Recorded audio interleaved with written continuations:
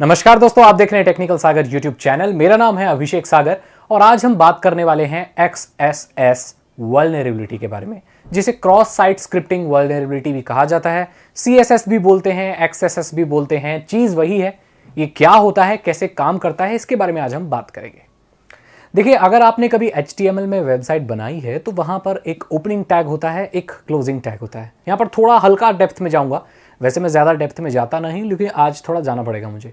तो आप जब वो कोड डालते हैं तो उसमें आप क्लोजिंग टैग भी डालते हैं, ओपनिंग टैग डालते हैं। तो कई बार क्या करते हैं कई लोग प्रोग्रामर, जो ओपनिंग टैग ही रखते हैं, क्लोजिंग टैग डालते ही नहीं है किसी भी चीज़ का। तो उसके बाद वाले जितने भी कोड्स होते हैं वो उसके अंदर में आते हैं, वो उसके अंदर इंक्लूड कर लेता है, राइट। अगर आप बॉडी टैग को शुरू करते हैं और बॉडी टैग आपने क्लोज ही नहीं किया तो वो सारा नीचे का जितना भी है वो बॉडी टैग में आ जाएगा, राइट। फिर उसको करेक्ट करने के लिए मशीन ऑलरेडी ऑटोमेटिकली आपके वेब पेज के सबसे लास्ट में बॉडी लगा देती है, तो उसके बीच में जो चीज़ होती है वो सारी बॉडी में इंक्लूड होती है, राइट। ऐसे ही कोड में प्रॉब्लम होने की वजह से ये वल्नरेबिलिटी आती है। इसके साथ क्या होता है आपको पता है, वेबसाइट में अगर कोई डेटा आपको देना है, कुछ इनपुट देना है, तो आप कैसे देख सकते हैं? इमेज अपलोड कर सकते हैं, राइट। यूजर नेम पासवर्ड देना है तो फॉर्म्स होते हैं, ठीक है, लिखने की जगह होती है जहां पर आप चीज़ें लिखते हैं, एंटर मारते हैं, वो वेबसाइट में चली जाती है, प्रोसेस होकर रिटर्न दिखता है कुछ, या तो वो अंदर स्टोर हो जाता है, राइट। यहां पर PHP और MySQL डेटाबेसेस के काम हो रहे हैं। तो इस कमी में क्या होता है कि आप नॉर्मल टेक्स्ट लिखेंगे ना, कोई आप कमेंट लिखते हो तो नॉर्मल कमेंट लिखते हो ना, तो वो as a comment, as a text process किया जाता है। लेकिन जिस वेबसाइट में XSS वल्नरेबिलिटी होती है, वो टेक्स्ट की जगह पर कमेंट में या किसी फॉर्म में आप कुछ लिखते हैं, वहां अगर आप कोई कोड डाल दें तो वो भी उस वेबसाइट में एग्जीक्यूट हो जाता है। बहुत बड़ा सिक्योरिटी हैजल हो सकता है इसमें, तो भाई बहुत परेशानी वाली बात है। तो उसमें जावास्क्रिप्ट भी प्रोसेस हो जाती है। जैसे फॉर एग्जांपल, मैं एक गेस्ट बुक में गया जहां पर एक वेबसाइट के बारे में आप कमेंट लिख के बता सकते हैं कि वेबसाइट आपको कैसी लगी। उस वेबसाइट पर मैं नॉर्मल यूजर कोई जाएगा, वो लिखेगा very nice website, enter, comment post हो गया।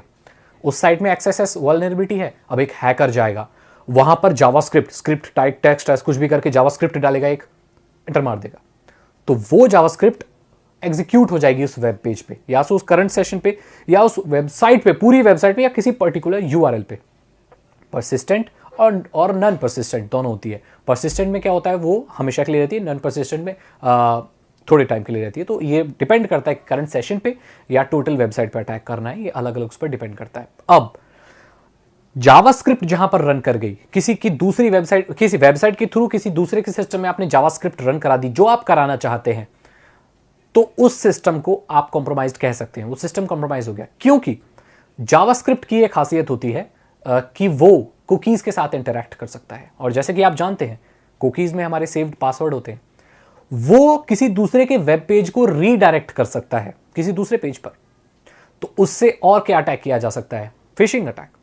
फेसबुक खोला हुआ है किसी ने, XSS वल्नरेबिलिटी है, मान के चलो फेसबुक पे, या फेसबुक का मैंने एग्जांपल गलत दे दिया, होगी नहीं उसमें, लेकिन बाई चांस अगर हो भी गई तो दूसरा पेज खुल जाएगा जो फेसबुक जैसा दिखेगा। तो यूजर ने फेसबुक डाला है, वो बार बार थोड़ी URL पर ध्यान देगा, वहां डिटेल्स डाल देगा, कॉम्प्रोमाइज्ड। तो ऐसे ही कॉम्प्रोमाइज हो जाता है, और इसमें एडवांस्ड अटैक किए जाते हैं। ये होता है XSS वल्नरेबिलिटी या XSS अटैक।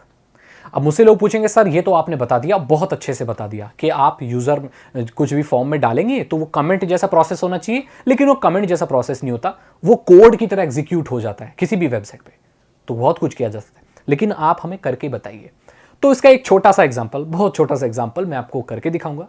ध्यान दें कि ये बिगिनर्स के लिए है, शुरुआती दौर है। XSS में आपको पता तो होना चाहिए क्या चीज है, तभी तो आगे सीखोगे।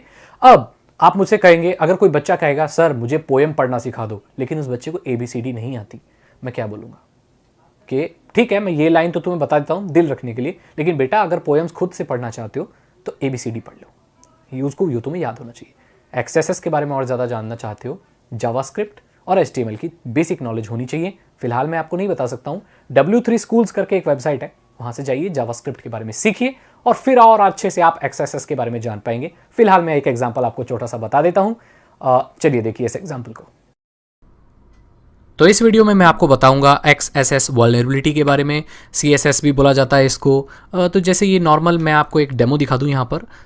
क्योंकि कई बार मेरे बोलने पर लोगों को समझ नहीं आता है मैं क्या बोल रहा हूँ, वो लोग प्रैक्टिकल की डिमांड करते हैं।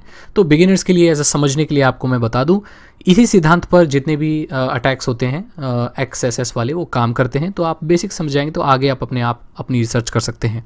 यहाँ पर जैसे कि आप देख सकते हैं गेस्ट बुक खुली हुई है और ये XSS वल्नरेबिलिटी से ग्रसित है। यहाँ पर हम इसको हैक करने की कोशिश करेंगे। तो जैसे मैंने आपको पहले कहा था कि जावास्क्रिप्ट जहाँ पर रन कर सकती है, जहाँ पर आप अपनी मनचाही जावास्क्रिप्ट रन कर सकते हैं वेब पेज में, वहाँ पर आप लोगों की कुकीज़ के साथ भी इंटरफेरेंस कर सकते हैं। आप उन्हें कहीं रीडायरेक्ट कर सकते हैं और ऐसी जगह रीडायरेक्ट कर सकते हैं जहाँ से फिशिंग वगैरह की जा सकती है। तो जो साइबर वर्ल्ड में अगर कोई जावास्क्रिप्ट आप किसी के सिस्टम में रन करा देते हैं तो उसका सिस्टम कॉम्प्रोमाइज्ड ही कहा जाता है। तो यहाँ पर हम सबसे पहले सिंपल कोड्स ट्राई करेंगे, क्योंकि यहाँ पर हमें कोड इंजेक्ट करना है। तो कहाँ इंजेक्ट करेंगे? वेब पेजेस में अगर हमें अपना रिस्पॉन्स देना होता है तो जाहिर सी बात है कि वो हम फॉर्म से देते हैं, यूज़र आईडी वाला फॉर्म हो या कमेंट लिखने वाला फॉर्म हो। यहाँ पर हम कमेंट लिखने वाले फॉर्म का इस्तेमाल कर रहे हैं डेमो दिखाने के लिए। तो यहाँ पर मैं अगर कमेंट लिखूंगा तो मैं जैसे हेलो लिखूंगा, यहाँ पर एंटर कर दूंगा और यहाँ पर ऐड मैसेज कर दूंगा। तो यहाँ पर एनोनिमस यूजर्स हेलो लिखा है, राइट। तो अगर मैं बी कर दूं, मतलब जो आपको थोड़ी HTML वगैरह भी आनी चाहिए तो हेलो लिख दूं मैं यहाँ पर और बी क्लोज कर दूं इसका। अब इसको मैं कर दूं यहाँ, तो ये बोल्ड से लिख जाएगा, मतलब HTML स्क्रिप्ट काम कर रही है। लेकिन कई फॉरम्स में क्या होता है कि ये जो छोटे मोटे बी बोल्ड वाले टैग होते हैं, स्माइलीज वगैरह होते हैं, ये सब अलाउड होते हैं। इसको थोड़ा सा और इंटेंस ले जाते हैं हम। यहाँ पर हम बॉडी लिख देते हैं, BG कलर कर देते हैं इज इक्वल टू, यहाँ पर हम रेड कर देते हैं और इसको हम ऐसे क्लोज कर देते हैं। अब फिर इसको एंटर मार के देखते हैं तो देख सकते हैं यहाँ पर बॉडी का कलर रेड हो गया। मतलब जो हम कोड इस वेब पेज पर डाल रहे हैं ये वेब पेज के ओरिजिनल कोड के साथ इंटरफेरेंस कर रहा है। मतलब इस वेबसाइट में ये कमी है कि कमेंट में जो कि एक नॉर्मल टेक्स्ट होता है हम डालते हैं तो ये वेबसाइट उसको एक कोड समझ लेती है और अपने आप में शामिल कर लेती है।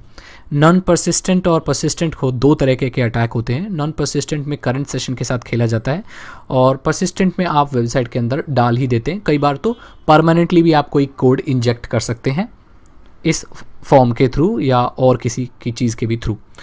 तो यहाँ पर ये तो हमने कलर चेंज कर दिया, चलिए बहुत बढ़िया, मतलब ये XSS से वल्नरेबल है। अब इसमें और हम क्या कर सकते हैं, हम इसमें अलर्ट दे सकते हैं। जैसे मैं यहाँ पर पेस्ट कर दूँ तो स्क्रिप्ट अलर्ट, ये सिंपल जावास्क्रिप्ट या जो भी आप स्क्रिप्ट डालते हैं, तो यहाँ पर हम कुछ और लिख सकते हैं, योर वेबसाइट इज गॉन। अब इसको लिखेंगे और यहाँ पर मैं ऐड मैसेज करूँगा तो ये जो वेब पेज है इसको एज ए मैसेज नहीं लेगा, क्योंकि यहाँ पर स्क्रिप्ट टैग लगा है और यहाँ पर हम जो भी चीज़ डालेंगे ये उसको एग्जीक्यूट कर देगा। तो हम ऐड मैसेज करेंगे, देखो your website is gone, alert आ गया। मतलब इसमें जावा स्क्रिप्ट और सारी स्क्रिप्ट भी एग्जीक्यूट हो रही हैं। ये होती है XSS वल्नरेबिलिटी। आई होप आप समझ गए होंगे इसके बारे में। अगर आपको ये वीडियो अच्छी लगी तो आप इसे लाइक करें, अपने दोस्तों के साथ शेयर करें और अगर आप मेरे चैनल पर नए आ गए हैं तो इस चैनल को सब्सक्राइब करें, क्योंकि मैं cyber security, ethical hacking, technology, vlogs, facts और बहुत सारी चीज़ों के बारे में आपको बताता रहता हूं। अगर आप इथिकल हैकिंग में अपना करियर शुरू करना चाहते हैं तो मैंने कुछ 299 रुपीज़ के दुनिया का सबसे सस्ता इथिकल हैकिंग कोर्स लॉन्च किया है, जो आप कमेंट से डाउनलोड कर सकते हैं, खरीद सकते हैं और हैकिंग की दुनिया में अपनी बुनियाद रख सकते हैं। मैं मिलता हूँ आपसे अगली वीडियो में। Thank you so much and good bye.